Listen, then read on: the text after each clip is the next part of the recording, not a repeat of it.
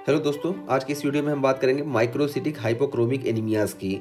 और microcytic hypochromic एनीमियाज़ के causes बहुत सारे होते हैं। आयरन डिफिशिएंसी है, अल्फा थैलेसीमिया है, बीटा थैलेसीमिया है, सब सब होते हैं। हम सब बारी-बारी डिस्कस करेंगे। लेकिन आज हम बात करेंगे मेनली आयरन डिफिशिएंसी एनीमिया की। और इसकी वजह से माइक्रोसिटिक एनीमिया, हाइपोक्रोमिक एनीमिया जो होता है, उस पे हम डिस्कस करेंगे। और हमें मालूम है कि माइक्रोसिटिक एनीमिया जो होता है, हमने पिछली वीडियो में डिस्कस किया कि इसमें आरबीसी की जो साइज़ है या आरबीसी का जो वॉल्यूम है, ये कम हो जाता है और 80 फेम्टोलीटर से ये कम हो जाता है। तो यहाँ पर देखिए मीन कॉर्पस्कुलर वॉल्यूम जो है ये 80 फेम्टोलीटर से कम होगा, तो इसी को हम बोलते हैं माइक्रोसिटिक एनीमिया। तो इसमें देखिए सबसे पहला कॉज आयरन डिफिशिएंसी एनीमिया है। और आयरन डिफिशिएंसी एनीमिया क्या होता है और इसका कॉज क्या है। देखिए, decrease iron due to chronic bleeding. तो आयरन कम हो जाता है, क्या इसकी वजह क्या हो सकती है? क्रोनिक ब्लीडिंग है, जैसे जीआई लॉस या मेनोरेजिया। इसी तरीके से माल न्यूट्रिशन की वजह से भी आयरन डिफिशिएंसी हो जाती है। या एब्जॉर्प्शन डिसऑर्डर है तो उसमें भी आयरन की डिफिशिएंसी हो जाएगी।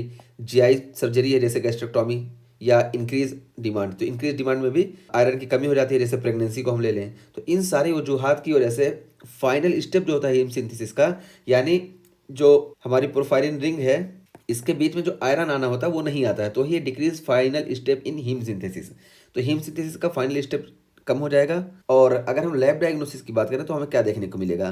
तो जाहिर सी बात है, जब आयरन डिफिशिएंसी है तो हमें आयरन डिक्रीज मिलेगा, सीरम आयरन कम मिलेगा और total iron binding capacity increase हो जाएगी। नॉर्मली ये 3 टाइम मोर होती है, 3 गुना ज़्यादा होती है। लेकिन अब जब आयरन कम हो गया तो ये ज़्यादा होंगी। तो मान लो अगर ये ज़्यादा कम हुआ तो 4 गुना या 5 गुना जितना भी है, ये उतना टाइम मोर हो जाएगा। और डिक्रीज फेरेटिन, फेरेटिन की कंसंट्रेशन कम हो जाएगी। और इंक्रीज फ्री इरिथ्रोसाइट प्रोटोपोरफायरिन, तो फ्री इरिथ्रोसाइट प्रोटोफायरिन इंक्रीज हो जाएगा। क्यों? क्योंकि ये पोरफायरिन जो है ये आयरन में कन्वर्ट नहीं हो पा रहा है। और इसी तरीके से आप बात करें तो रेड सेल डिस्ट्रीब्यूशन विड्थ ये भी इंक्रीज हो जाएगी, डिफरेंट टाइप के सेल पाए जाएंगे। और decrease reticulocyte index, reticulocyte index को क्या होगा, ये कम हो जाएगा। और कम होने की वजह क्या है? क्योंकि इरिथ्रोपोइसिस बराबर नहीं हो पा रही है आयरन डिफिशिएंसी की वजह से। और माइक्रोसाइटोसिस, आरबीसी की साइज जो होगी वो छोटी हो जाएगी। एंड हाइपोक्रोमेजिया, हाइपोक्रोमेजिया देखने को मिलेगा क्योंकि हीमोग्लोबिन प्रॉपर सिंथेसिस नहीं हो पा रही है, इसकी वजह से हाइपोक्रोमेजिया देखने को मिलेगा। और हाइपोक्रोमेजिया का मतलब क्या है कि इंक्रीज सेंटर पेलर।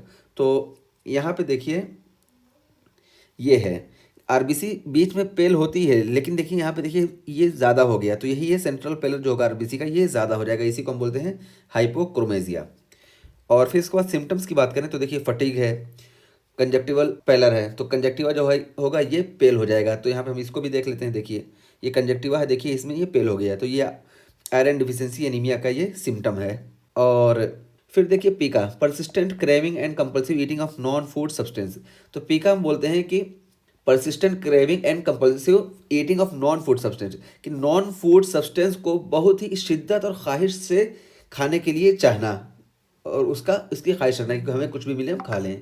और स्पोन नेल्स, स्पोन नेल्स देखने को मिलेंगे, जिसको हम बोलते हैं कोइलोनिकिया। तो देखिए यहाँ पे ये है, तो ये नेल दब जाएंगे, तो इसी को हम बोलते हैं स्पून नेल, और इसकी जो टर्मिनोलॉजी है उसको हम बोलते हैं कोइलोनिकिया।